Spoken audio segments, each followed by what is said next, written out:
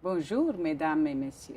Je souhaite m'excuser de ne pas être parmi vous aujourd'hui, mais j'ai été retenue par mes obligations à New York.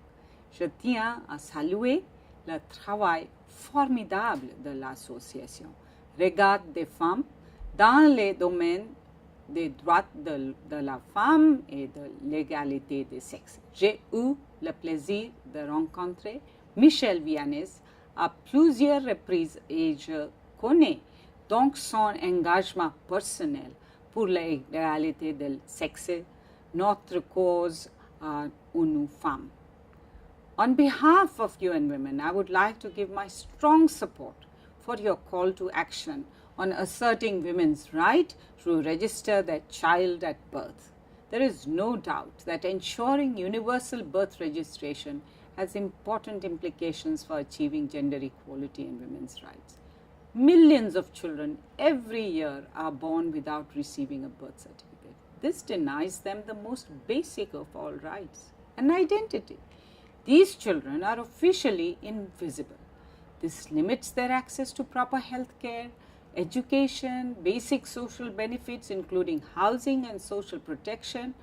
Often it is the most disadvantaged and marginalized children that are affected, such as those from rural areas, indigenous communities, or children with disabilities, and also the poorest.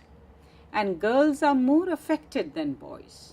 Lack of proper documentation is a major impediment to effectively countering early marriage, trafficking in girls and women, and generally protection of children from exploitation and abuse, as well as displacement and statelessness.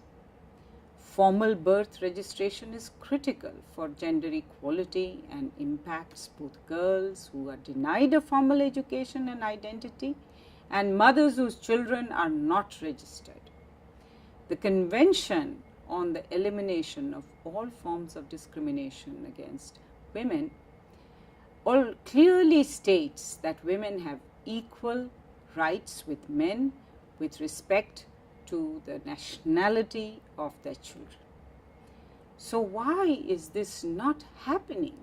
Laws and practices discriminating and excluding women are a continuing problem, such as those that forbid a mother to independently register her child.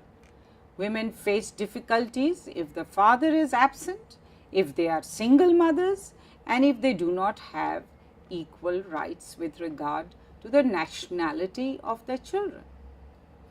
UN Women is working to remedy this situation.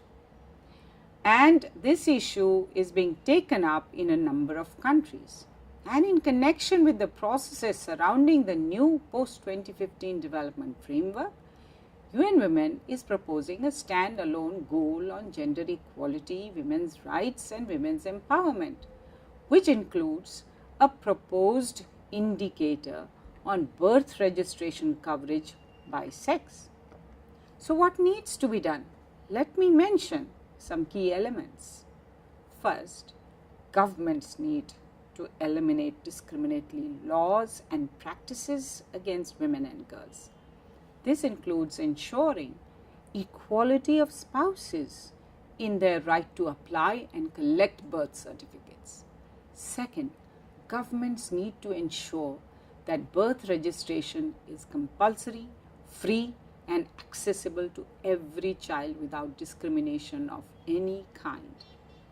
Third, families and communities must be informed about the importance of birth registration. Community leaders and the media play an important role in raising awareness.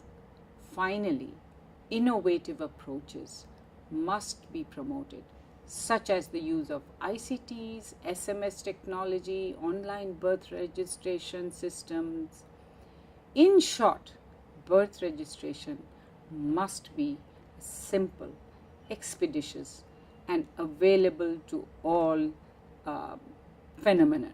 As you said in your call to action, birth registration is a necessary precondition for all individuals to be able to fully participate for the social, cultural, and civic life of their country, and an element of citizenship. For women and girls, this is an essential element also to ensure their full participation in public life, in economic life. I wish you productive deliberations and look forward to hearing about their outcome. Thank you for your commitment and your support to UN Women.